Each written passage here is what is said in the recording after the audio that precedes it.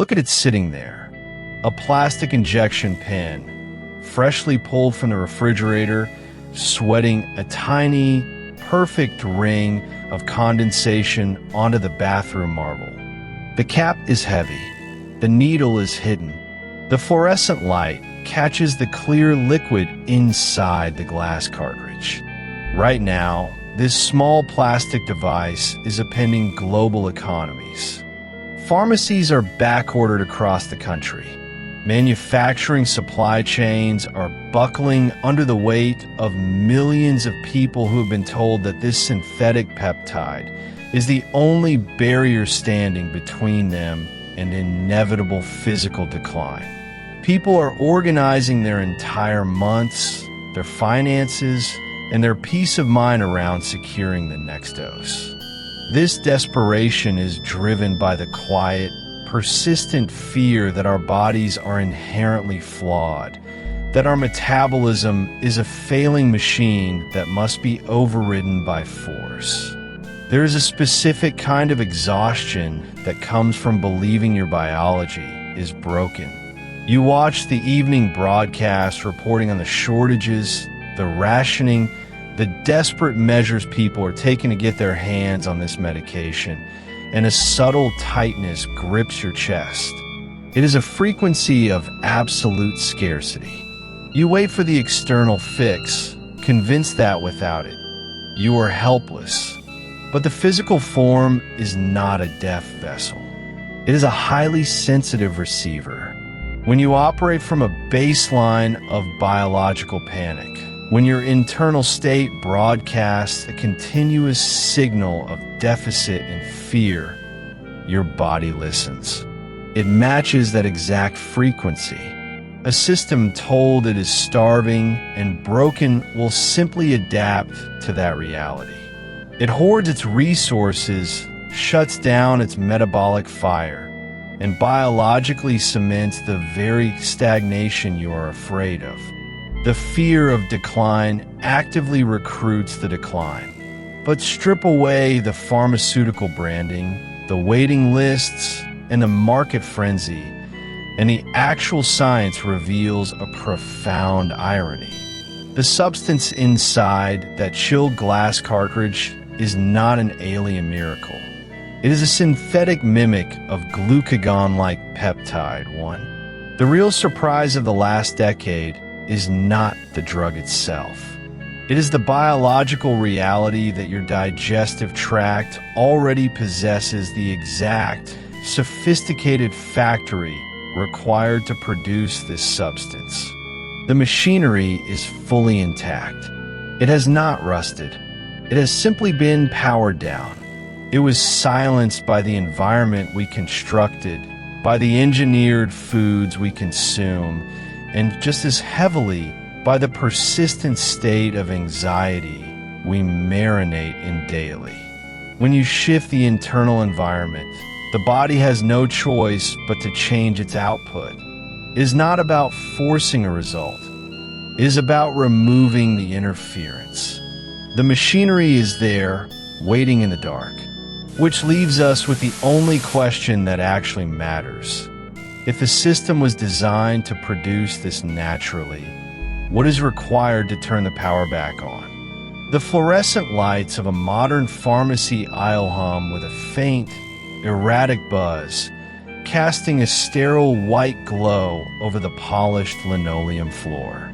A customer hands over a paper prescription, waiting quietly for the pharmacist to retrieve a small, refrigerated cardboard box.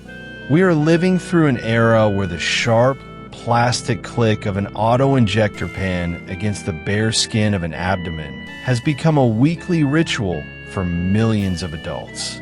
People are queuing up, paying exorbitant out-of-pocket premiums, and enduring dizzying supply shortages, all to manually force a synthetic signal into their bloodstream. That tiny package holds what society currently believes is the only answer to an unwinnable war against our own appetites. The drug works. Nobody is debating the math on the scale. It chemically enforces a boundary that the modern, ultra-processed world has completely erased. But relying entirely on that weekly click points to a heavier, more grounding reality about how we view our own machinery. When you look at your body and decide it is a flawed, defective vessel that must be subdued by force, you adopt a very specific internal posture. You inhabit a state of profound biological mistrust. You begin to view your own hunger as a design flaw, a mistake that you have to manage through brute chemistry. You walk through your days believing your appetite is a relentless enemy that must mature biology to a state of cooperating with it. When you change that internal state, the physical world reshapes.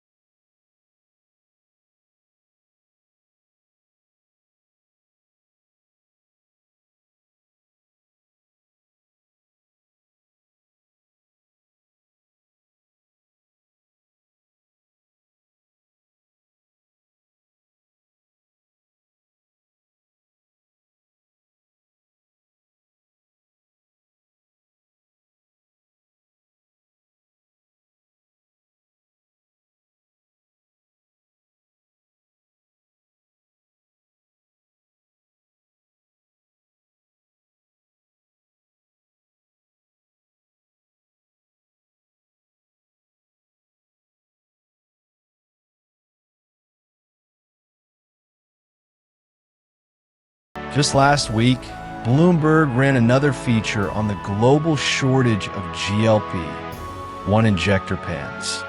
Novo Nordisk is raking in so much cash from Wegovy and Ozempic that it is literally propping up the national economy of Denmark. News treats a plastic syringe like it is the only thing standing between us and total physical collapse. We continue to rely on those needles because we have been conditioned over decades to accept a very specific kind of defeat, the quiet certainty that our aging body is simply a busted machine. Look at the bathroom counter on a Tuesday morning. The dull metallic hum of the exhaust fan vibrating in the ceiling. The small, gray plastic pen resting next to the toothbrush. The sharp, mechanical click of the dial being turned to the correct dosage, followed by the sterile, biting smell of isopropyl alcohol evaporating off a square of cotton. The cold linoleum pressing against bare heels. A pinch of the skin on the abdomen, a brief press, and it is done. There is a heavy, unspoken weight in that routine. The financial columns and pharmaceutical earnings calls completely ignore it. They do not talk about how an entire generation has been quietly taught to look down at their own stomach and see an enemy. You have learned to distrust your own hunger, to view your digestion as a hostile event, to treat the organism you inhabit not as a living, intelligent ecosystem, but as a defective engine that requires a synthetic override to function at all. The needle becomes a white flag. It is the physical act of admitting that your biology has failed you, that your willpower was a joke, and that you must now outsource your survival to a weekly injection just to process the food you eat. But that white flag does not just stay in your head. The body is a resonant environment, constantly listening to the baseline state of the guy driving it. When you walk around with a deep-seated belief that your gut is a liability, you're setting a very specific physical tone for your system. Every cell in your body is suspended in the climate you create. If that climate is built on defeat, suspicion, and a fundamental distrust of your own organs, the physical matter of your digestive tract responds exactly how you would expect. The tissues brace. The natural signaling pathways mute themselves. You expect your cells to be helpless, inert baggage, and they comply. That internal posture of defeat naturally draws out the exact biological stagnation you are jabbing yourself to cure. You broadcast to your gut that it is incapable of regulating itself, and the tissues lock up in response. You pull in the very resistance you fear, simply because you have shut down the body's willingness to collaborate. You cannot heal a living organism while simultaneously holding it in contempt. The thing is, the architecture for controlling all of this has not vanished. It is just sitting there in the dark. Deep in the lower intestine, millions of enteroendocrine cells are waiting. These are your body's native, built-in GLP-1 factories. The pharma giants did not invent this peptide out of thin air. They just observed it, engineered a synthetic version that degrades slower in the bloodstream, and sold it back to a population that had forgotten how to trigger the real thing. Those L cells in your gut are not broken. They are starving. They are waiting for a very specific mechanical and chemical signal. The arrival of unabsorbed formidable materials that actually survive the trip through the upper stomach, to release the hormone that shuts off the hunger noise in the brain and signals the liver to empty the fat stores. We just bought into this miserable idea that past a certain age, the hardware simply gives out.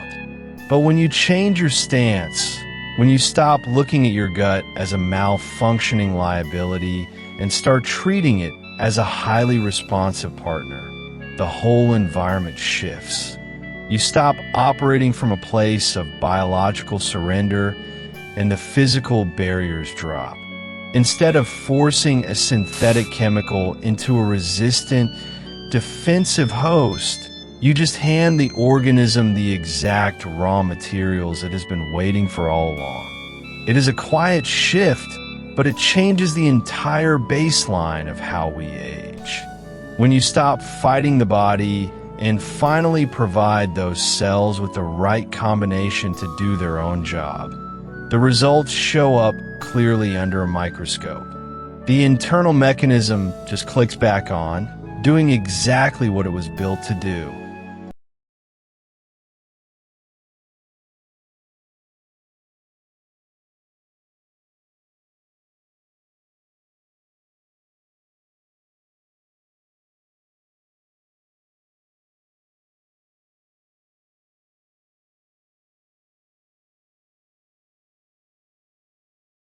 Every evening broadcast, every financial report, and every lifestyle magazine seems locked onto a single, inescapable phenomenon: the era of the metabolic injection.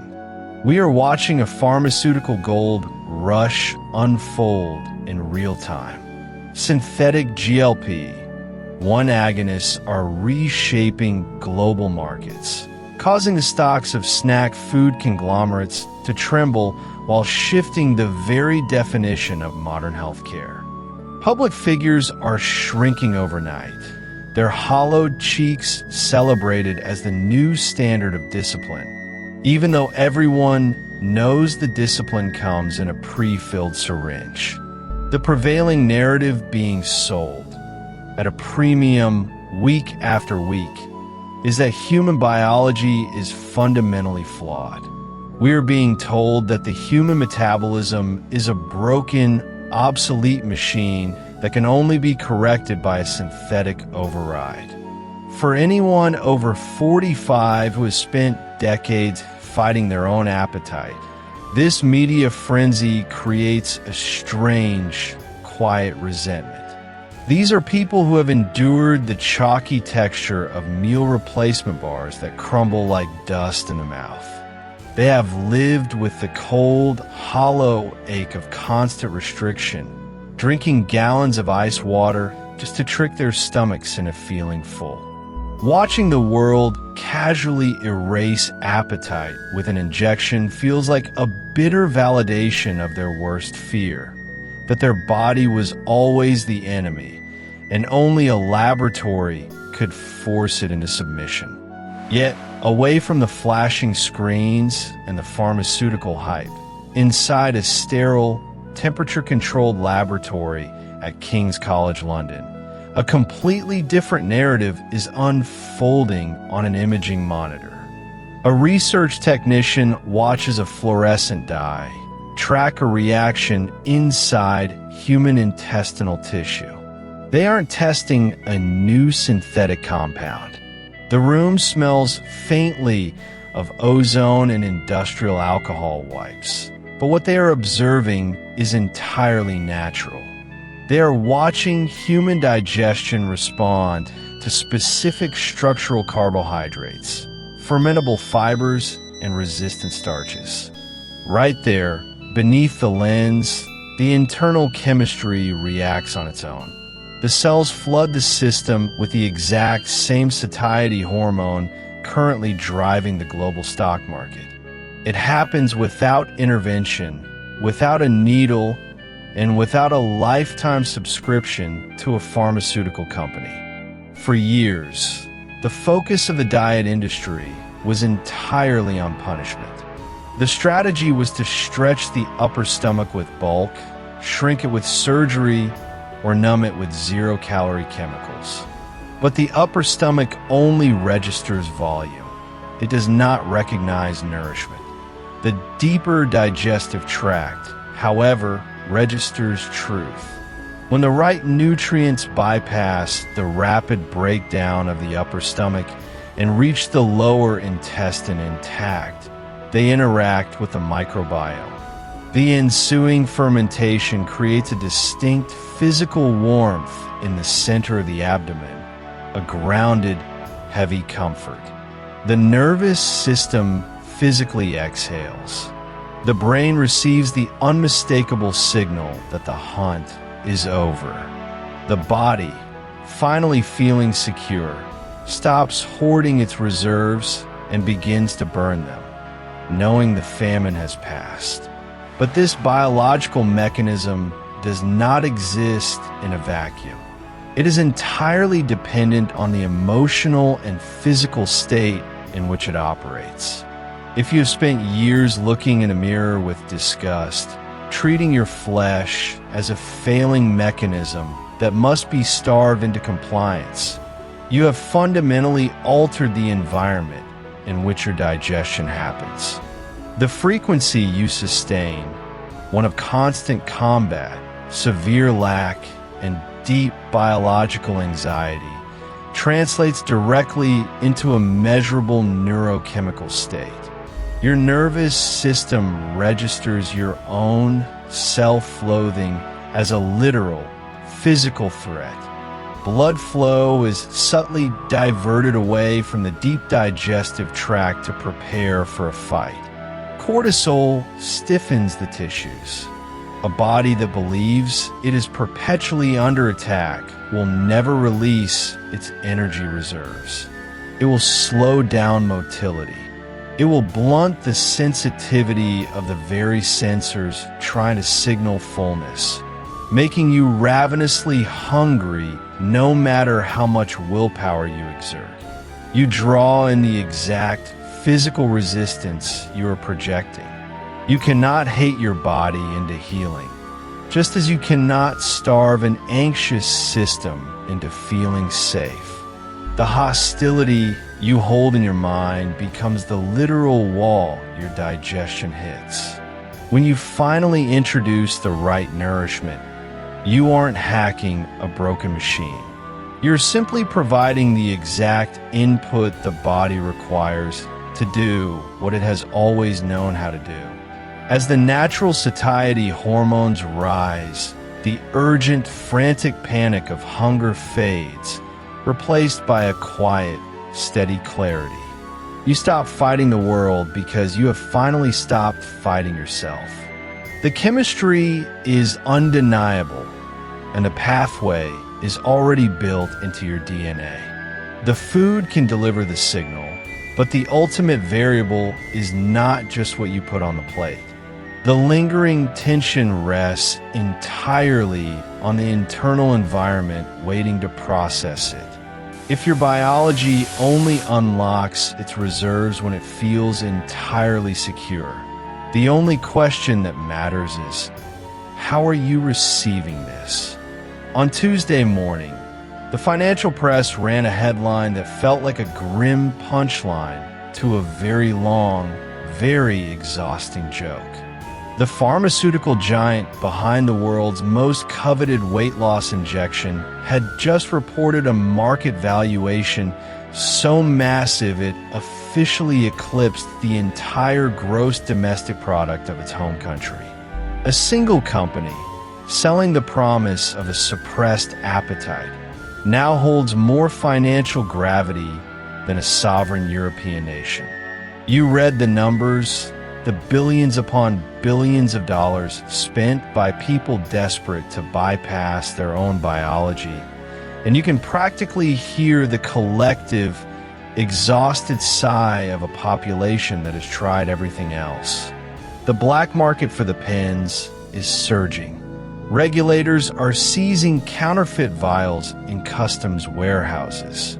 Millions are paying out of pocket, injecting synthetic peptides into their abdomens, just to force their stomachs to stop asking for more. And then there are the purists, the ones who refuse the needle.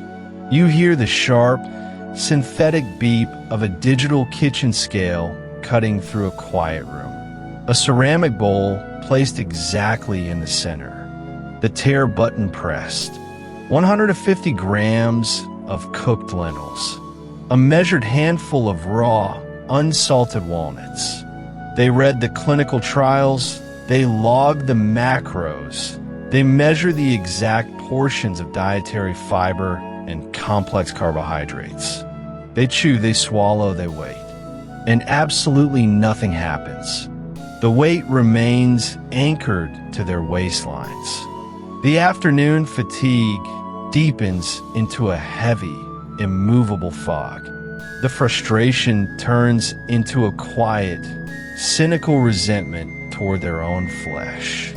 They're doing the math perfectly, but they're failing to understand the instrument they're using. They treat the stomach like a mechanical furnace, assuming you just drop the coal in and wait for the fire.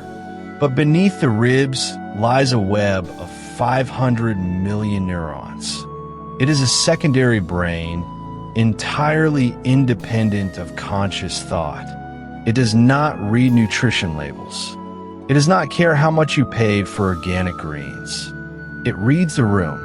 Think about the physical sensation of sitting down to eat after a morning spent watching a company downsize or reading a string of emails that threaten your livelihood. The dry, dusty texture of the walnuts against your tongue. The way the food seems to turn into ash before you even swallow. The rigid tension in your jaw as you chew.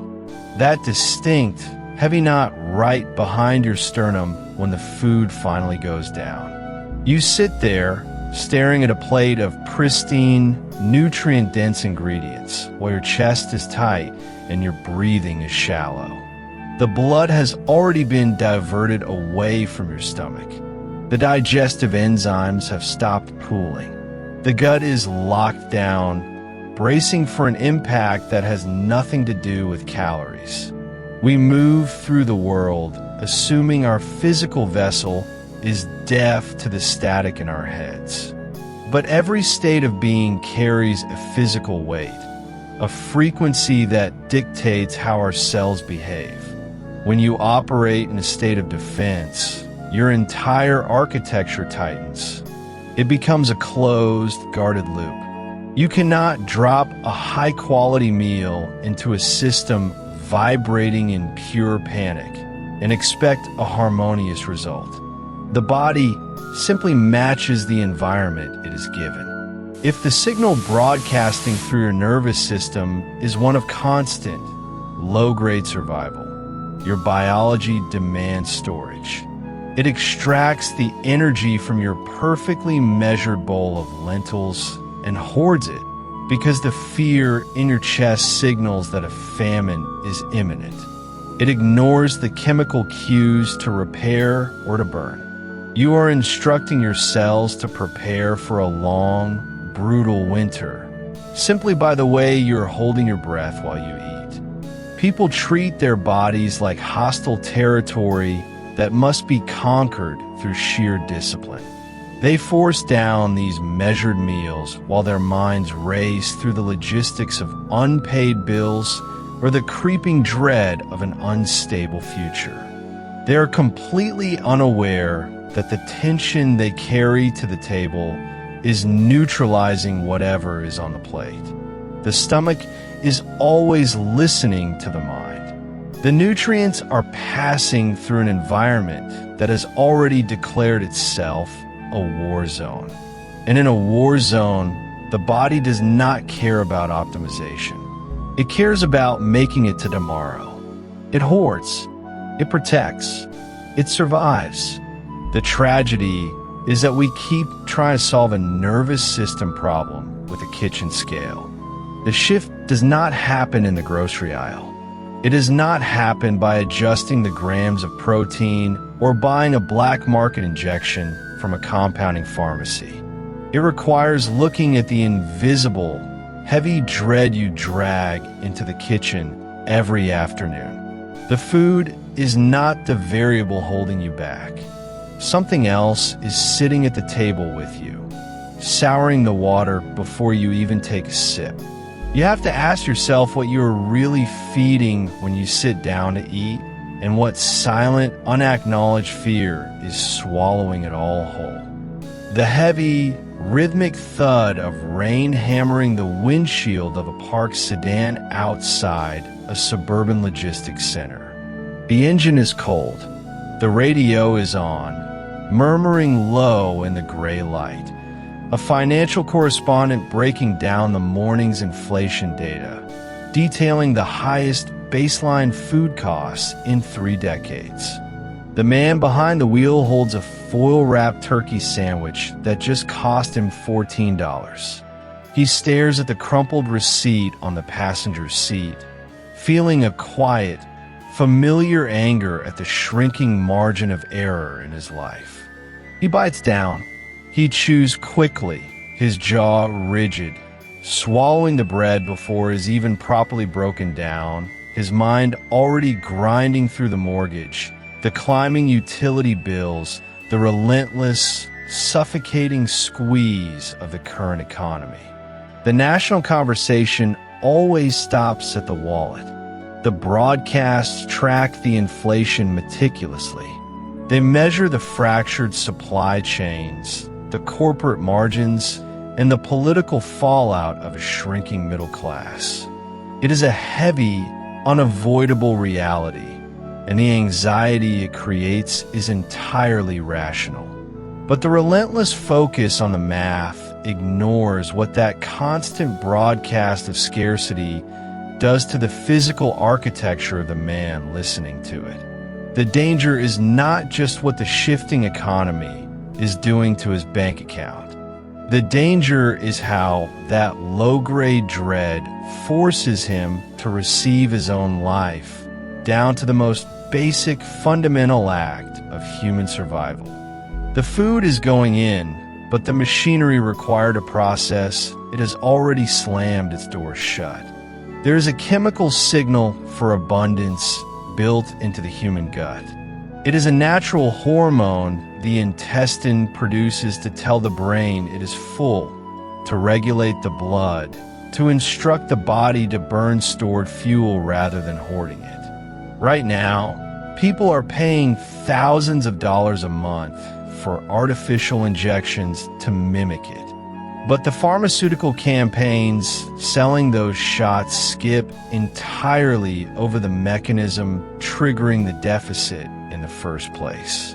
The natural production of that hormone is brutally sensitive to the environment. Not the weather outside the car, but the environment radiating from the driver's seat. The smell of damp upholstery mixing with the sharp tang of processed mustard. The rigid posture of his spine against the headrest. The tightened jaw, the rushed, aggressive swallow driven by a sense of financial punishment and time scarcity. The mechanical sensors in the mouth and the nerve pathways connecting to the gut register all of this as a state of absolute emergency. The body assumes it is eating on the run from a predator. It suppresses the signal for abundance immediately. It halts digestion. It hoards the incoming calories as emergency fat because the landscape it perceives is entirely hostile. The internal state of panic is not just a passing mood. It is a physical frequency pulsing through the tissue of the digestive tract, setting the terms of engagement for every bite. The vibration of the man behind the wheel dictates exactly how the bread and meat are received. He approaches the sandwich humming with the resentment of a $14 receipt and the dread of a shrinking future, and his gut matches that exact frequency. It locks down.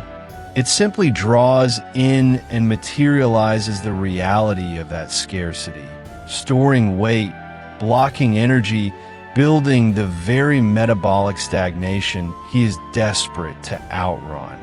He could be eating the cleanest, most expensive ingredients on earth, but he cannot extract nourishment from them if his body is broadcasting a state of war. The food becomes secondary to the signal it encounters. The groceries cost what they cost. The economic data is what it is. The geopolitical reality will not shift because a man in a parked car is angry at his receipt. But the frequency he holds when he unwraps that foil remains his own territory. Refusing to let a broadcast of scarcity dictate the rhythm of his jaw and the chemical signaling of his gut is not about ignoring the financial reality. It is about recognizing that eating in a state of quiet rage is a form of slow, methodical surrender.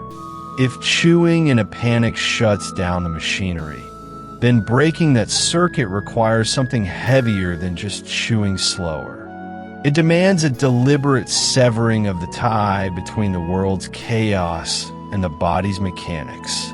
The rain keeps hitting the glass. The radio keeps murmuring about deficits and shrinking margins. But the man in the car still has the power to reach out, kill the radio, and let the quiet of the cabin change the signal in his blood before he takes the next bite. The machinery only waits for the right frequency to resume its work. Look at the financial pages this week. You will see pharmaceutical conglomerates reporting record-shattering profits, entire national economies shifting to accommodate the staggering demand for synthetic GLP-1 weight loss injections. The prevailing narrative in the media is that the modern human metabolism is fundamentally broken. We're told our bodies have simply forgotten how to signal fullness, how to burn fat, how to manage insulin, and that this cascading failure can only be corrected with a weekly syringe. But behind those profit margins, a recent review published in the Lancet Gastroenterology and Hepatology pointed toward a quieter, far more revealing epidemic: functional dyspepsia. Millions of adults, particularly those over 45, are presenting with severe digestive paralysis and metabolic stagnation. Their blood panels are completely normal. Their organ scans show absolutely nothing wrong.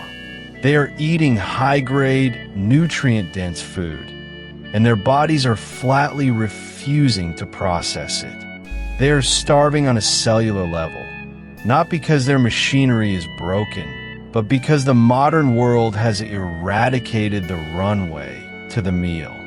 You cannot extract nourishment from an environment if your internal state is vibrating with war.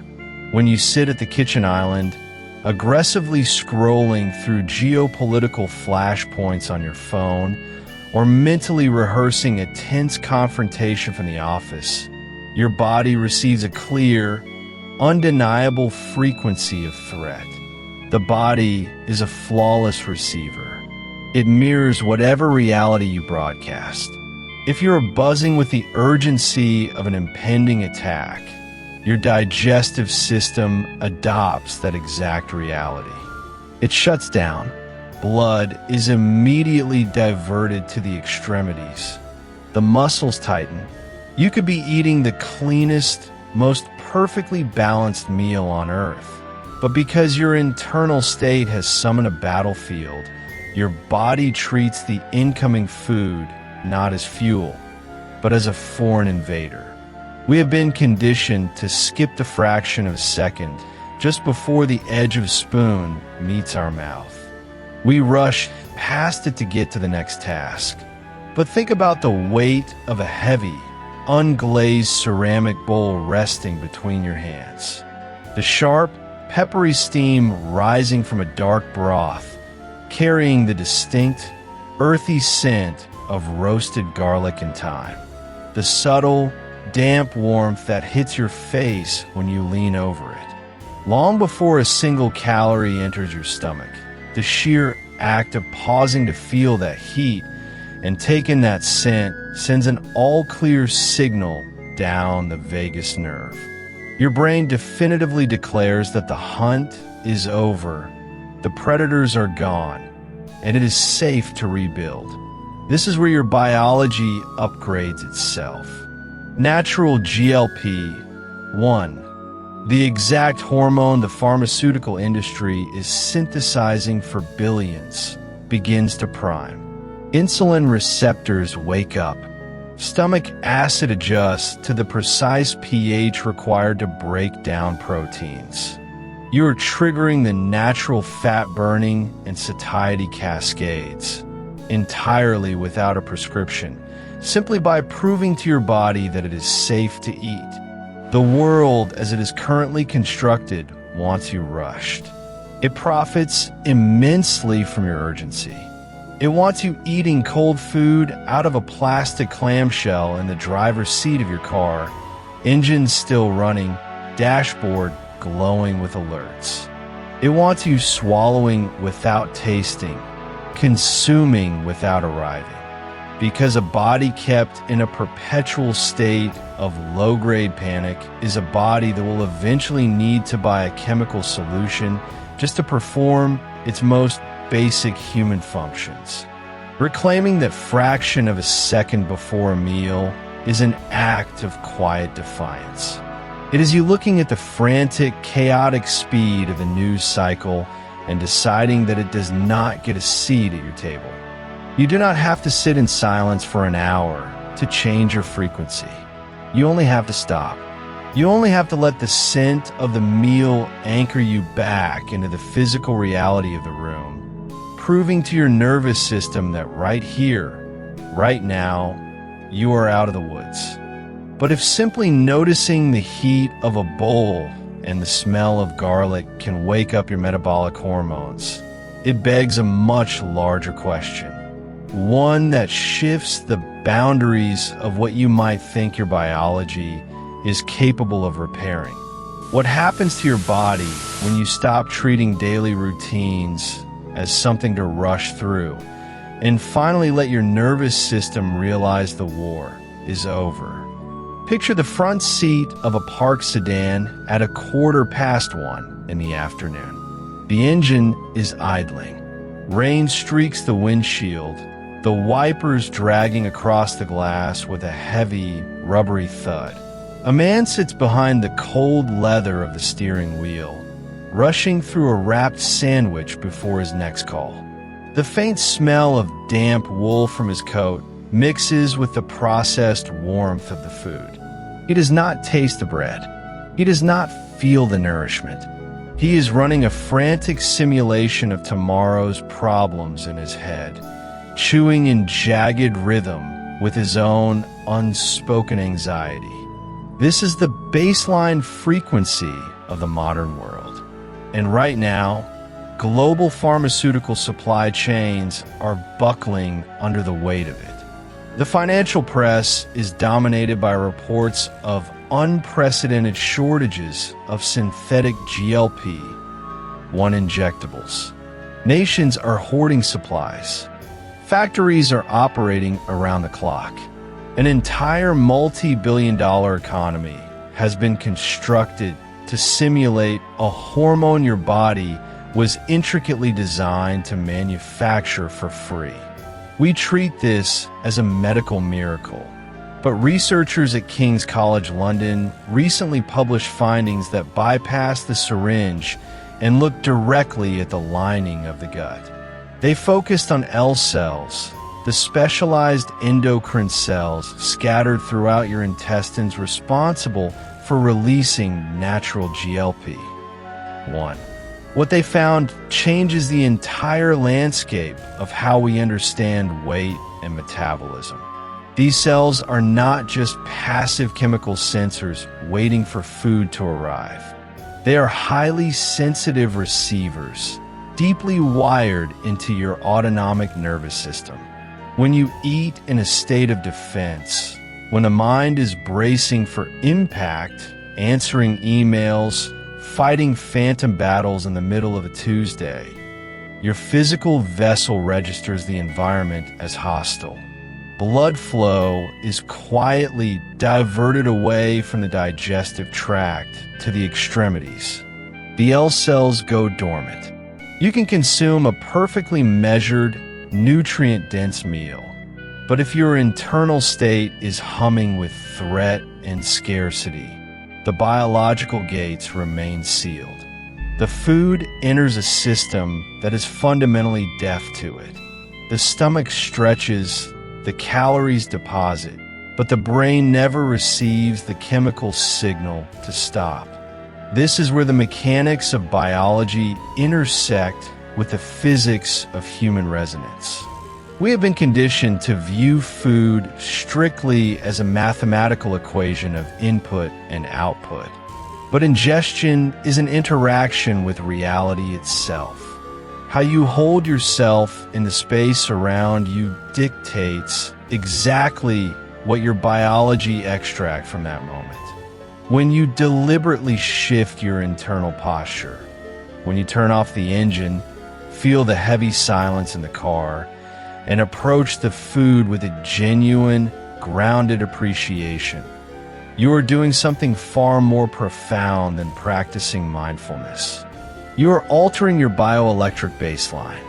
Instead of forcing a biological reaction, you're setting a new physical standard for your environment. When you hold a steady rhythm of calm, of undeniable safety, your body instantly echoes that state.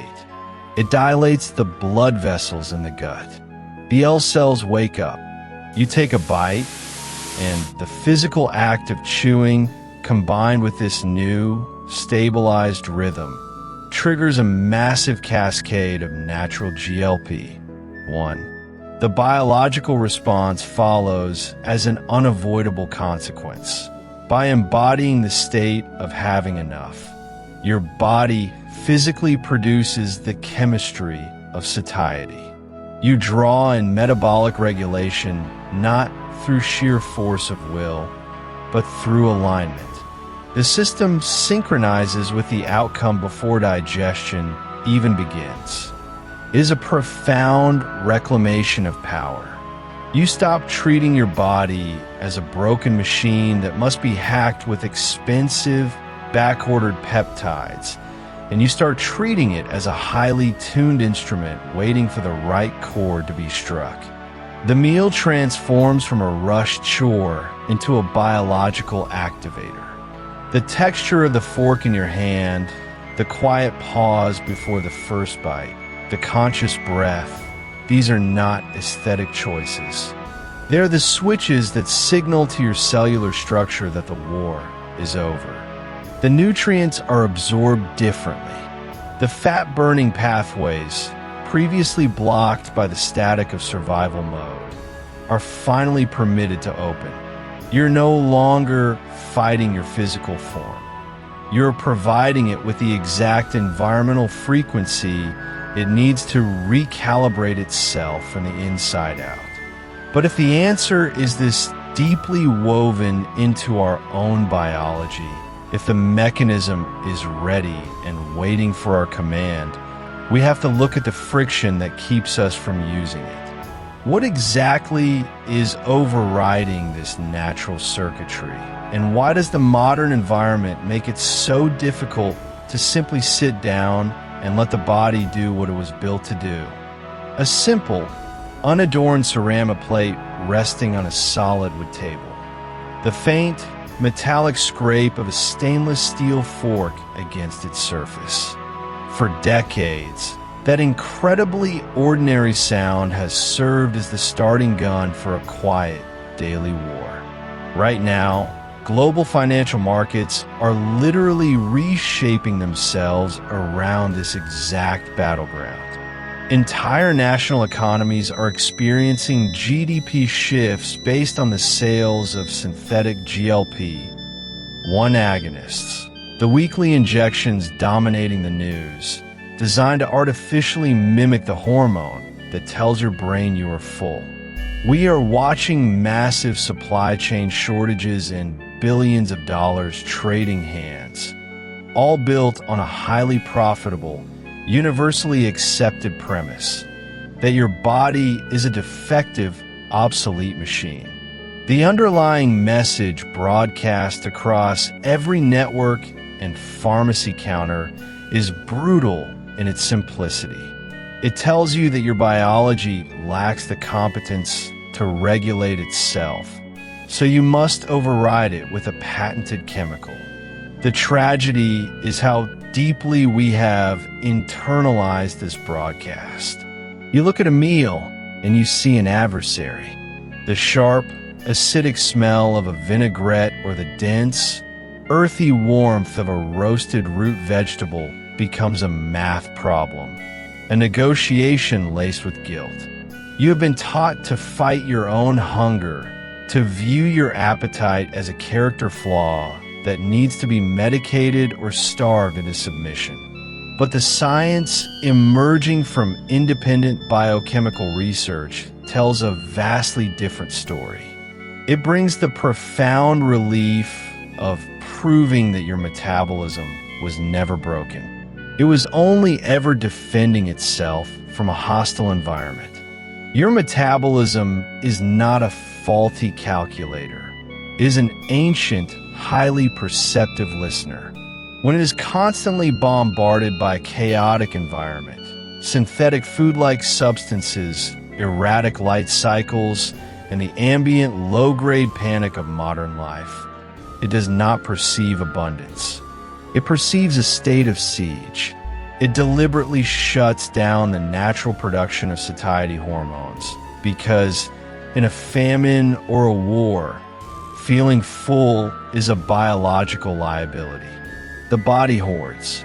It locks away its energy reserves. It prepares for a winter that never ends. We have to look at how reality actually organizes itself around you in these moments. The state you hold internally physically dictates the reality your biology experiences. When you approach a plate of food with dread, restriction, or silent anger, you are broadcasting a very specific frequency of scarcity to your own tissues. It is not poetry, it is mechanics. Your gut, your organs, your endocrine system, they are constantly listening to your baseline state. You sit down terrified of the calories in front of you, and you send a clear, undeniable signal that the environment is fundamentally unsafe. Because your biology is designed to adapt to the reality you present to it, it materializes that exact scarcity. A system braced for starvation will fiercely hold onto every ounce of stored energy. It shuts down the natural production of the very hormones that tell your brain you have had enough. You find yourself trapped in metabolic gridlock, unable to lose a pound, not because you lack discipline or willpower, but because your body is faithfully matching the hostility you brought to the table. You treat the food as a threat, and your body dutifully builds a fortress to protect you from it. The quiet irony of all this is that the war is entirely voluntary. When you drop the hostility, when you shift the frequency of your approach, the biological output shifts with it. This is where real autonomy diverges from the sterile dependency of a weekly injection in a plastic pen. Your digestive tract is already fully equipped to secrete everything you need to feel satisfied. It just requires the right physical triggers, real unprocessed food, the bitter edge of dark greens, the dense weight of actual nutrients. But above all, it requires an environment of safety to do its job. It cannot function while you're holding your breath and counting macros in a state of panic. When you sit at that heavy wooden table and the faint, ambient hum of the refrigerator is the only sound in the room, and you approach the meal with calm rather than fear, the defensive walls drop. The signal of abundance tells your gut that the siege is over. In response, the body naturally releases its own satiety hormones. The desperate craving dissipates. The hoarding stops. The mechanisms that burn fuel, long suppressed by the perception of a threat, finally come back online. You are no longer forcing a broken machine to comply. You are just providing the right conditions for an ancient system to work the way it was designed to. It is a quiet reclamation of your own biological autonomy.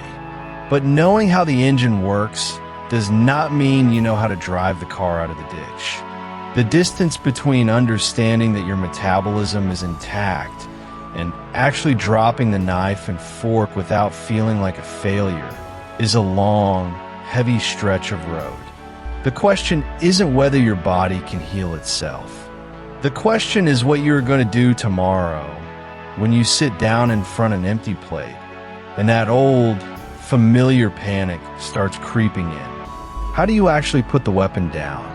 A heavy ceramic plate slides onto a bare wooden table, the dull scrape of the unglazed bottom against the oak, the cold weight of a steel fork resting in the palm, the sharp, grassy scent of olive oil hitting a warm surface, faint steam rising into the cool air of the kitchen.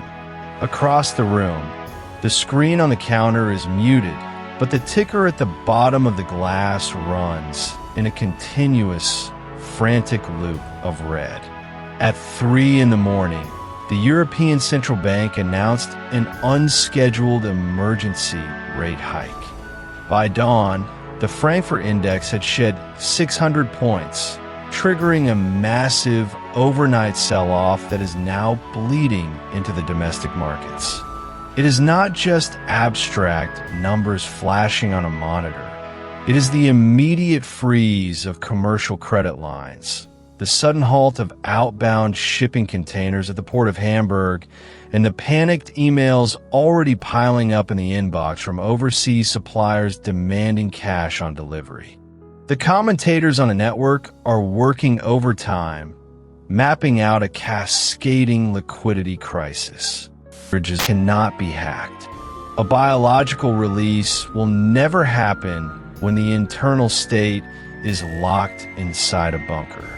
This is where physical mechanics and silence and understands that the financial collapse has not actually crossed the physical threshold of the house. The frequency drops from active defense to quiet presence. As the internal static clears, the physiological locks finally give way. The nutrient sensors in the gut recognize the intake without the blinding interference of adrenaline. The natural signaling pathways engage, operating exactly as they were meant to, quietly, efficiently, processing the fuel without hoarding it for a disaster that isn't happening. The news cycle continues to spin out in the dark of the other room, but the circuit here is closed. Shifting the frequency changes what is drawn into the space. Metabolic resilience and a grounded, quiet strength take the place of the panic. The table stops being a sponge for global anxiety and becomes a firm boundary line. True control was never about managing the geopolitical landscape, predicting the Frankfurt Exchange, or outsmarting a supply chain bottleneck. It is simply the refusal to let the external panic dictate the environment inside the skin. The quiet strength in the hands returns. The meal is finished in silence. The wood cool against the forearms. The outside world left exactly where it belongs.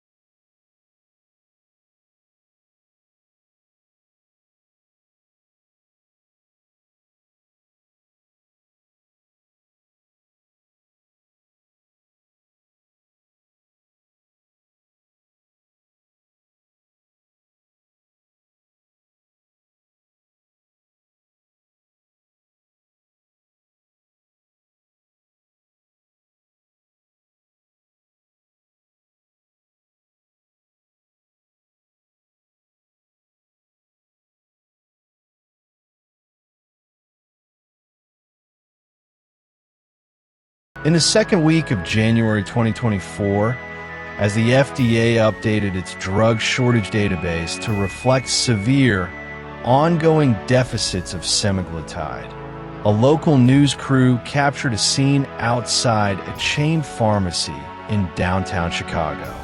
It was barely dawn.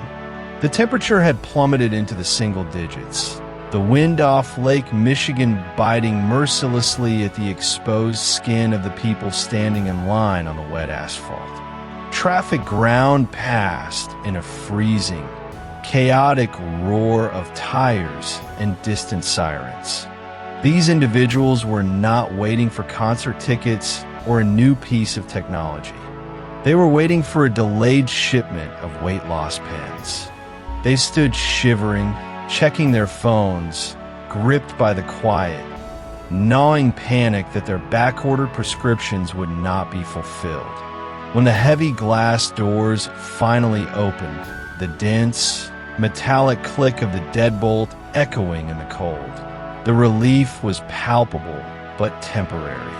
They stepped into the still, dry warmth of the store, blood slowly returning to their stiff knuckles, but the underlying anxiety remained. The chaos of the street was muted, but the chaos in their biology was entirely dependent on what was sitting in the pharmacist's refrigerator. That scene on the sidewalk is the physical manifestation of a much deeper dependency. It is what happens when millions of people are convinced that their bodies are failing, obsolete machines, incapable of producing their own satiety or maintaining their own metabolic rhythm without a weekly plastic syringe shipped on ice. The endless stream of advertisements and the breaking news tickers detailing pharmaceutical supply chain failures are designed to keep the public in this perpetual state of alarm. It is a manufactured storm, engineered with ruthless precision to keep people shivering, looking in the mirror and seeing only a patient, a customer, a lifelong dependent. But the human nervous system is not a passive receiver. It is an active broadcaster. When you stand in the cold, literal or metaphorical, terrified of your own appetite and terrified of delayed shipment, your biology responds to that exact state of panic. The rhythmic firing of your neurons and the hormonal cascade in your bloodstream emit a continuous, undeniable signal of inadequacy. Your cells operate in a state of defense. By internalizing the fear of metabolic decline and relying entirely on an external chemical intervention to survive, you signal to your own body that it no longer needs to do the work. The internal factory goes dark. The body stops producing its own natural satiety hormones because it has outsourced the job. The surrounding environment simply acts as an unyielding, mechanical mirror to this state. It responds to the frequency of desperation by delivering more of it. A population convinced of its own biological helplessness draws in more dependency, more supply chain disruptions, more physical sluggishness, and situations that constantly reaffirm their loss of agency. They attract the reality of the reliant consumer because they are continuously broadcasting the signal of the reliant consumer. The reality shapes itself around their conviction, locking them into a loop of frantic need and biological degradation. There is, however, a distinct shift that happens when you stop waiting for this fragile machinery to hand you a solution.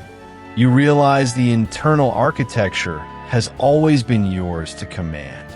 When you change the input, you change the physical response. You step out of the manufactured storm and into a space of insulation. That transition from exposed to insulated is exactly what we are building here for your mind and your body. Securing this armor begins by subscribing to the channel and joining those who have decided to keep control over their own biology. It sounds like a simple click of a button on a screen, but it is a line drawn in the sand. It is a quiet declaration that you are no longer handing your strength over to a pharmaceutical supply chain. By choosing to stay here and engage with the actual rhythm of your physiology, you anchor yourself in a state of quiet, unshakable command. You recognize that the tools for longevity, for burning fat, and for maintaining cognitive fire were never missing. They were merely buried under layers of chronic stress. Subscribing is not about adding more digital noise to your day. It is about building a mental and biological fortress. Every time you return to this space, you reinforce the walls. You remind your nervous system that you are the architect, not the tenant.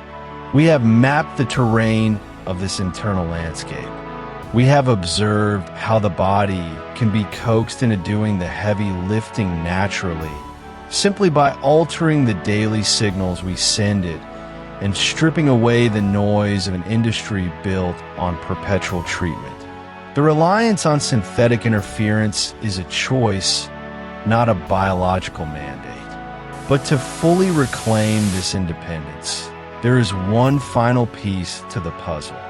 We must understand the exact mechanism that governs this process from the inside out. Ultimately, what is the definitive switch that answers our very first question and makes that plastic injection pen entirely obsolete?